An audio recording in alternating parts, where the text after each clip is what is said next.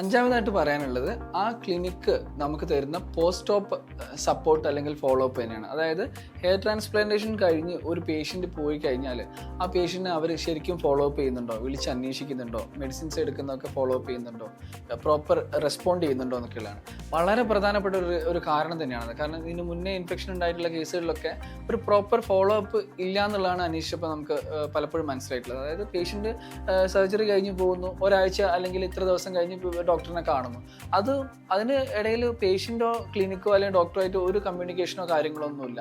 അത് വളരെ എത്രത്തോളം പ്രധാനപ്പെട്ട ഒരു കാരണമെന്നുള്ള ഈ കഴിഞ്ഞ വാർത്തകളിലൊക്കെ നമ്മൾ കണ്ടതാണ്. അതായത് ഫോളോ അപ്പ് വളരെ ഇമ്പോർട്ടൻ്റ് ആണ്.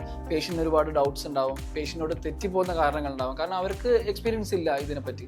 അപ്പോൾ അത് ഈ ക്ലിനിക്കാണ് പ്രോപ്പർ രാവിലെയും വൈകുന്നേരം വിളിച്ച് അന്വേഷിക്കേണ്ടതും അവർ മെഡിസിൻസ് എടുത്തുവന്ന് നോക്കുന്നതും അവരുടെ പ്രശ്നങ്ങൾക്കും കംപ്ലയിൻസിനും റെസ്പോൺസ് കൊടുക്കേണ്ടതും. എന്തെങ്കിലും ബുദ്ധിമുട്ടുണ്ടെങ്കിൽ പേഷ്യൻറ്റിനെ ക്ലിനിക്കിലേക്ക് വിളിച്ച് അത് സോൾവ് ചെയ്ത് കൊടുക്കുക എന്നൊക്കെ ഉള്ളത് ഒരു ക്ലിനിക്ക് ചെയ്യേണ്ട ഒരു റെസ്പോൺസിബിലിറ്റി തന്നെയാണ്. ഇത്രയൊക്കെയാണ് ഒരു ഹെയർ ട്രാൻസ്പ്ലാന്റേഷന് മുന്നേ മസ്റ്റായിട്ട് നിങ്ങൾ അറിഞ്ഞിരിക്കേണ്ട കുറച്ച് കാര്യങ്ങൾ.